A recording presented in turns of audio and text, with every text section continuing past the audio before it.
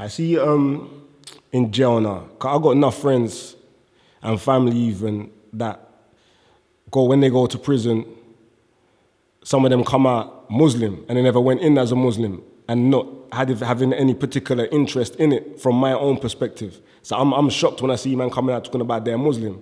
Now my initial theory for this was that it's like a gang thing in there. It's more of that's the majority in there, so let me join them and I feel like I'm part of this gang, so no one can touch me, innit? What would you say to that?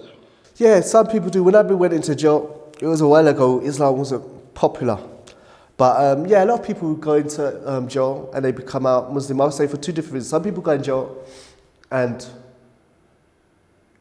it's the first time they had time to think. Because what is that when you're out in the dunya or the world, there's just so much stuff going on. You got to pay your bills. You got a lot of stuff, distractions. Yeah, you're just going through the day-to-day work, like you know. So you ain't got time to think. A lot of people in jail, when you're in jail, you've got time to think. It's like because what's happening, you're living the same day again and again and again and again. You know what I'm saying? That's why people start reading jail sometimes when they don't normally read. So the whole thing is sometimes people get the time to think about life in general. But some people, yeah, they just go into jail. A lot of quote-unquote rude boys, Muslims or whatever, and they choose to follow that. But you can see who's true or not or anything when they come out. Because when they come out, they carry on living the same lifestyle. And so I'm not going to say they're not Muslim, because you can't look into a person's heart and tell whether they are Muslim or not. But I just say is that he wasn't serious about it. Right, so you see, taking Shahada, ain't there no requirement on a person taking it before they take it, being accepted as a Muslim? Isn't there no rules and regulations, no rites of passage that you have to say, all right, boom, I know this about Islam, I know that about Islam, this is how I'm going to live my life, I'm not going to do this anymore? Or is it as simple as just reciting the Shahada and you're a Muslim? The Shahada has conditions itself. It has 7 conditions of what it knowledge, sincerity, this, that and the other. But this is stuff you have to implement yourself. So the Shahada has criteria to it. But the whole thing is at the end of the day is that it's you that has to implement it. So no one can force you, if you've heard about Islam and you believe in it, to take it seriously. Because you're a grown boy, you're a grown man. You have to do whatever it's your life. Yeah? And also, the whole thing is that someone might hear about Islam and they've heard about it and stuff, they want to believe in it. And if you need another person to become Muslim, then it's like you could believe it and die the next day.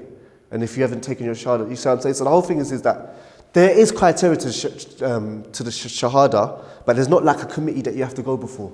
Okay. And they have to analyze whether your Shahada is true or not.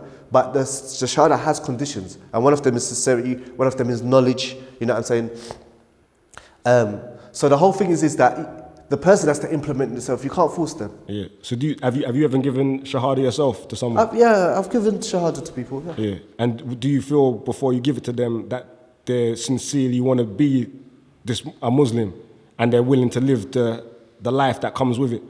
Yeah. See, the whole thing is that a lot of people want to take Shahada and so forth. But me, for myself, if a famous person wanted to take Shahada, I would ask them, do you understand what it means? Yeah.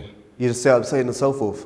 And there's a video going around with me at the moment, someone saying they were ex-Muslim. I don't know if you've seen it. They were saying they're ex-Muslim, and I asked them to recite the thing. The person dust off because they were saying that they were ex-Muslim. And I think there was a bit it's a bit disingenuous because she's a missionary. So she's going around saying, I'm an ex-Muslim, and that's why she got to the front of the Christian dawah thing. Okay. So what is that basically, the only reason why she's special in the park is because she used to be ex-Muslim. So all I just was asking her if she was an ex-Muslim, because she said something like, we used to worship the Kaaba. So what I was going to do, the prayer we say in every single prayer, called Fatiha, basically, every Muslim knows this, because even if you don't pray, your mum prays, your dad prays and stuff. It's what we do. In every prayer you do as a Muslim, in your 5-day prayers, you have to say this thing. And in it says, Iyyaka na'budu wa iyyaka nasta'in. You alone we worship Allah, and you alone we ask for help. So the whole thing is that anyone who's a Muslim would know this. Unless you're ignorant, your parents are ignorant, your grandparents, everyone. So he really was a Muslim. He was he had a Muslim name. And so basically, So me, I would, because I see no point. What's the point of 50 people becoming Muslim and they don't understand what they do. One, it's not accepted by Allah anyway. Two, they leave the religion anyway.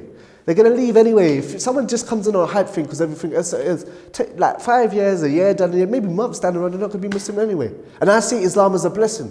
I believe that if a person becomes Muslim, it's a blessing to you. That's why if a famous person becomes Muslim, you haven't done us a benefit, yeah? You've been saved, I believe. And I think someone said on one of your videos that Muslims, we're like, we believe our religion is best and we're trying to get the most numbers.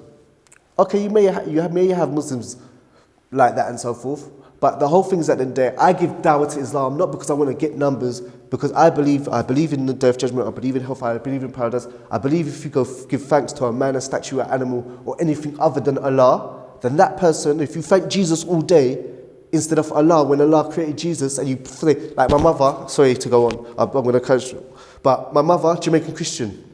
Every day you're around now, oh Jesus, what a beautiful moon, oh Jesus, what a beautiful day, oh Jesus. If you spend your whole life doing that and you die, we believe you go to hellfire. So yes, I want for my fellow human beings to give thanks to Allah alone, but I'm not doing it because of a numbers thing, sorry. Okay.